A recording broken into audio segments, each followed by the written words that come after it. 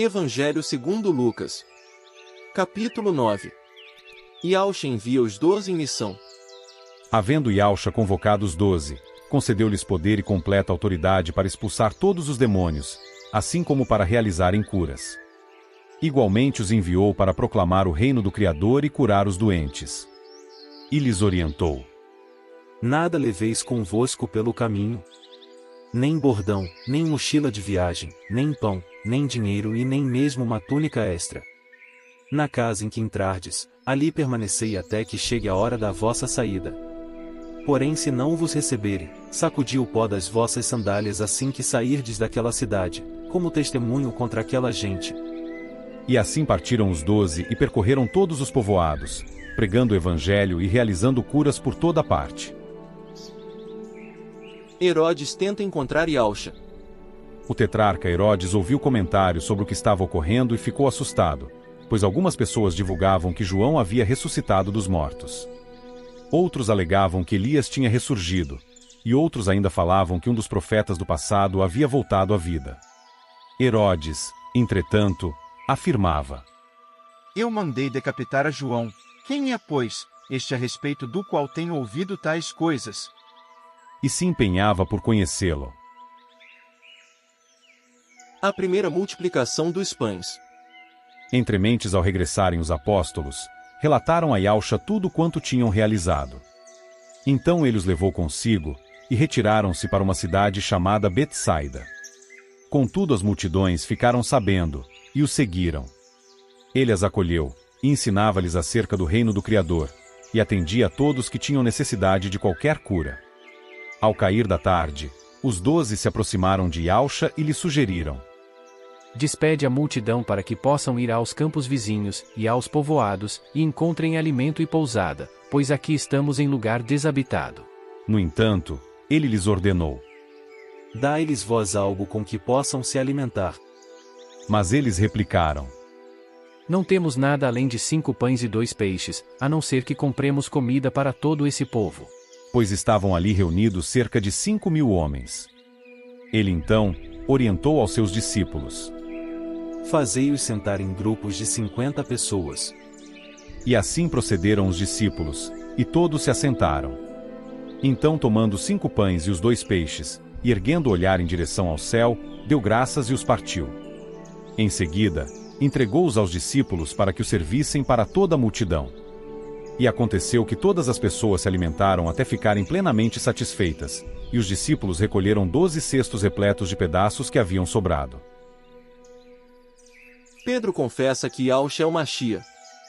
Certa ocasião, estava Yahushua orando em particular, e com ele estavam seus discípulos. Então lhes indagou: Quem as multidões afirmam que sou eu? Ao que eles replicaram: Alguns comentam que és João Batista, outros, Elias, e ainda outros afirmam que és um dos profetas do passado que ressuscitou. Mas vós, quem dizeis que eu sou? Então Pedro tomou a palavra e declarou: És o Machia do Criador. Yahushua prediz sua morte e ressurreição. Então Yahushua os preveniu veementemente e ordenou que a ninguém revelassem esse fato. E acrescentou: Pois é necessário que o Filho do Homem passe por muitos sofrimentos e venha a ser rejeitado pelos líderes religiosos, pelos chefes dos sacerdotes e pelos mestres da lei, seja assassinado, e ao terceiro dia, ressuscite. Tome a sua cruz e siga Yahushua. E Yahushua proclamava às multidões: Se alguém deseja seguir-me, negue-se a si mesmo, tome a sua cruz dia após dia, e caminhe após mim. Pois quem quiser salvar a sua vida, a perderá, mas quem perder a sua vida por minha causa, este a salvará. Porquanto, de que adianta ao ser humano ganhar o mundo inteiro, mas perder-se ou destruir a si mesmo? Se alguém se envergonhar de mim e das minhas palavras, o Filho do Homem, igualmente, se envergonhará dele, quando voltar em sua glória e sob as honrarias do Pai, e dos santos anjos. Com certeza vos asseguro que alguns que aqui se encontram, de modo algum passarão pela morte antes de verem o reino do Criador. Alguns veem a glória de Yahushua. Passados quase 8 dias após o pronunciamento destas palavras, Yahushua tomou consigo a Pedro, João e Tiago e subiu ao monte para orar. Enquanto orava, A aparência do seu rosto foi se transformando, e suas roupas ficaram alvas e resplandeceram como o brilho de um relâmpago. Então surgiram 2 homens que começaram a conversar com Yausha. Eram Moisés e Elias. Apareceram em glorioso esplendor e falavam sobre a partida de Yausha, que estava para se cumprir em Jerusalém. Pedro e seus amigos estavam dormindo profundamente, mas despertaram de súbito, e viram a fulgurante glória de Yausha os 2 homens que permaneciam com ele. Quando estes iam se afastando do Machia, Pedro sugeriu: Mestre, como é bom que estejamos aqui. Vamos erguer 3 tabernáculos, um será teu, outro para Moisés, e outro, de Elias. Mas Pedro não sabia ao certo o que estava propondo. Entretanto, enquanto ele ainda falava, uma nuvem surgiu e os encobriu, e grande foi o temor que sentiram os discípulos ao verem aqueles homens desaparecerem dentro da espessa nuvem. Então, dela propagou-se uma voz, afirmando: Este é o meu filho, o escolhido, a ele dai toda a atenção. Passado o som daquela voz, Yausha ficou só. Os discípulos, então, guardaram o que viram e ouviram somente para si. Durante aquele tempo não compartilharam com ninguém o que aconteceu. A cura de um menino possesso. No dia seguinte, assim que desceram do monte, uma grande multidão veio ao encontro de Yausha. De repente, um homem surgiu do meio da multidão clamando em alta voz: Mestre, suplico-te que socorras meu filho, o meu único filho. Um espírito se apodera dele, e no mesmo instante faz o menino berrar, joga-o no chão, provoca-lhe convulsões até espumar pela boca, jamais o deixa por muito tempo, e por meio de muitos ferimentos o está destruindo. Roguei aos teus discípulos que expulsassem o espírito maligno, mas eles não conseguiram. Então declarou Yausha: Ó geração sem fé e perversa! Até quando estarei convosco, e sofrerei com vossa incredulidade? Trazei-me aqui o teu filho. Enquanto o menino caminhava em sua direção, o demônio o lançou por terra, em convulsão. Porém Yausha repreendeu o espírito imundo, curou o menino e o entregou de volta a seu pai. Diante disto, todos ficaram pasmos perante o poder majestoso do Criador. Yausha prediz a sua morte outra vez. E enquanto todas as pessoas estavam maravilhadas com seus feitos, todos prodigiosos, ele comunicou aos seus discípulos: Dai toda a vossa atenção às palavras que vos passo a revelar. O Filho do Homem está prestes a ser entregue nas mãos dos homens. Todavia, eles não conseguiam entender o significado de tais palavras, pois foi-lhes vedado esse entendimento, a fim de que não as compreendessem. E tinham receio de pedir mais explicações a Yausha a este respeito. Quem é o maior no reino? Emergiu entre os discípulos uma discussão sobre quem, dentre eles, seria o maior.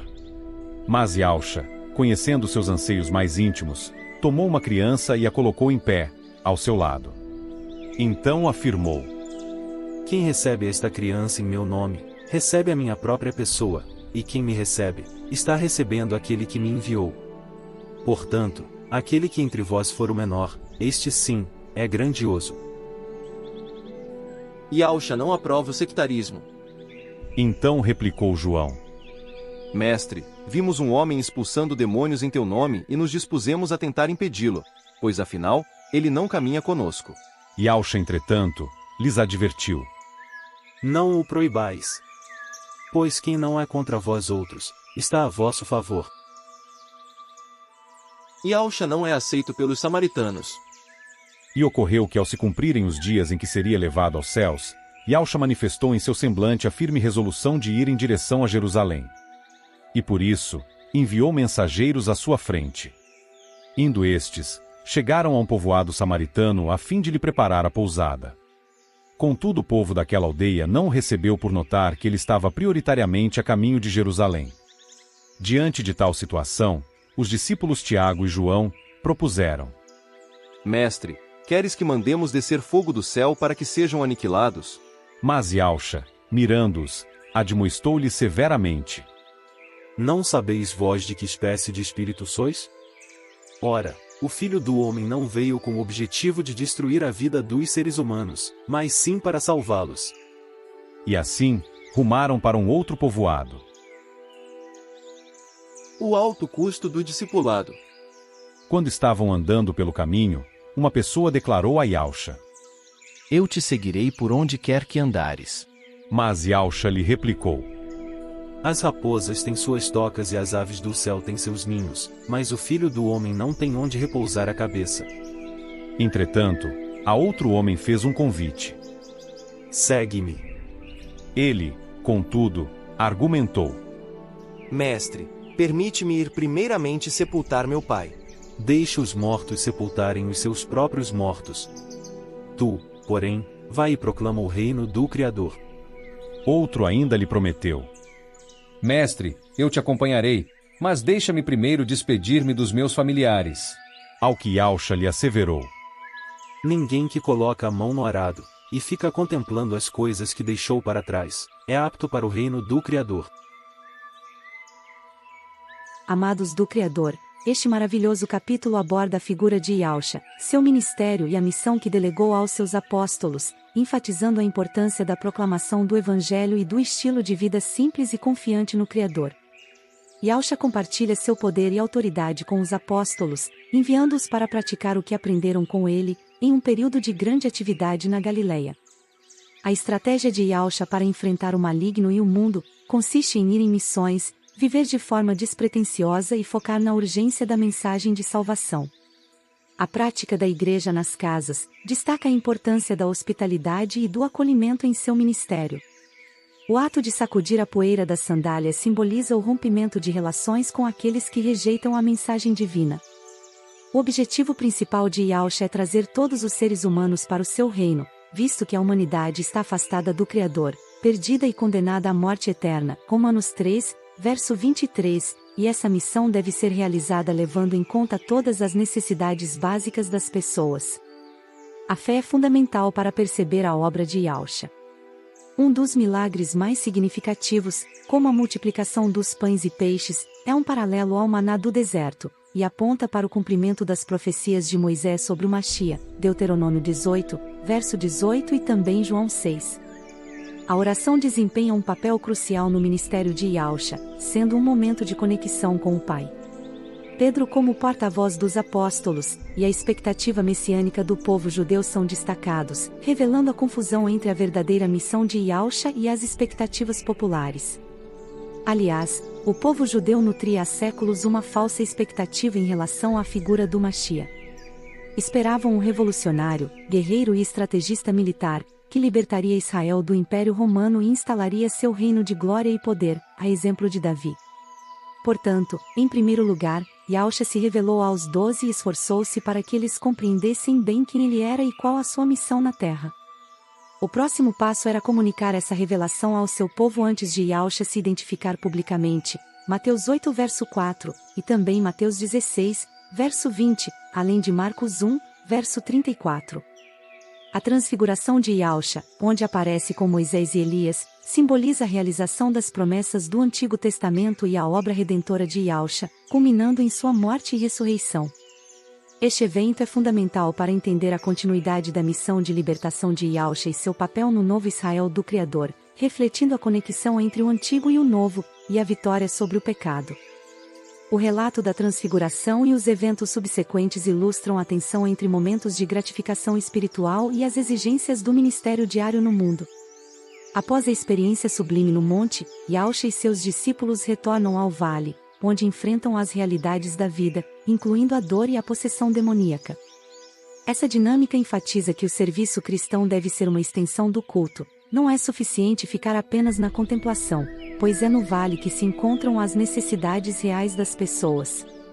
A possessão demoníaca afeta suas vítimas de maneiras diversas. Mateus 17 verso 15, em Marcos 9, verso 17, também Marcos 4, verso 33, e Marcos 8, verso 28, além de Marcos 13, versos 11 e 16, e no episódio envolvendo o jovem possesso revela a incredulidade e a falta de entendimento das multidões sobre a verdadeira natureza dos milagres de Yausha, que eram manifestações da presença do Criador. A crítica de Yausha à incredulidade daquelas pessoas indica que muitos buscavam soluções rápidas para seus problemas sem consciência da necessidade de um arrependimento genuíno. Essa passagem também destaca a essência do ministério de Yausha, que não se deixava levar pelos elogios, mas sempre lembrava a seus seguidores sobre seu destino sacrificial. O conceito de grandeza no reino do Criador está ligado ao serviço humilde, refletindo o amor que deve ser estendido aos mais necessitados. A preocupação dos discípulos com a hierarquia se contrasta com a visão de Yahshua, que praticamente deixava claro que qualquer um que atuasse em seu nome, independentemente de pertencimento formal ao grupo, estava alinhado com sua causa. A determinação de Yahshua em seguir seu caminho para Jerusalém implica a urgência de sua missão. A resposta de João sobre a expulsão de demônios em nome de Yahshua reflete a luta dos discípulos para entender como o reino funciona. Yahshua ensina que aqueles que trabalham para o bem não devem ser vistos como rivais, mas como aliados na batalha contra o mal. As exigências do discipulado, destacadas nas interações de Yahshua com aqueles que desejavam segui-lo, enfatizam a necessidade da renúncia. Então lhe pergunto, quais são as pessoas que não podem seguir a Yahshua? As que valorizam a segurança e o conforto acima do Mashiach. As que dão total preeminência à família e aos amigos, muito acima do Salvador. As que permanecem contemplando o que deixam para trás, a velha vida, enquanto caminham, Gênesis 19, verso 26, e Efésios 5, versos do 17 ao 24. As reações dos homens que desejam adiar sua resposta ao chamado de Yahshua revelam a urgência de sua missão e o custo de seguir a ele. As histórias de pessoas que hesitam em deixar suas vidas passadas ilustram as dificuldades e os desafios do discipulado. Por fim, a afirmação de que aqueles que vivem em um estado de morte espiritual devem cuidar das coisas mortas, destaca a urgência da missão de Yahshua. O chamado para a vida eterna é imperativo e demanda uma resposta imediata, um reconhecimento de que o reino do Criador exige comprometimento e ação. Em última análise, a semelhança com o Mestre se torna o objetivo maior e o padrão pelo qual a verdadeira vida no Mashiach é medida. Yahshua não exige aquilo que ele mesmo enquanto ser humano, não praticou ou suportou. Assemelhar-se ao Mestre é o grande alvo e o preço do discipulado. Lucas 6, verso 40. Amados do Criador, espero no Mashiach que possamos, assim como os discípulos, entender nosso papel neste mundo e seguir a Yahshua com coragem e amor. Que a nossa fé nos impulsione a agir, e nos inspire a viver plenamente a mensagem do Evangelho. Lembre-se das palavras de Yahshua. Se alguém quer vir após mim, negue-se a si mesmo, tome cada dia a sua cruz e siga-me. Que possamos fazer isso diariamente, e que o Criador abençoe você e sua família em nome do Mashiach Yahshua. Que assim seja.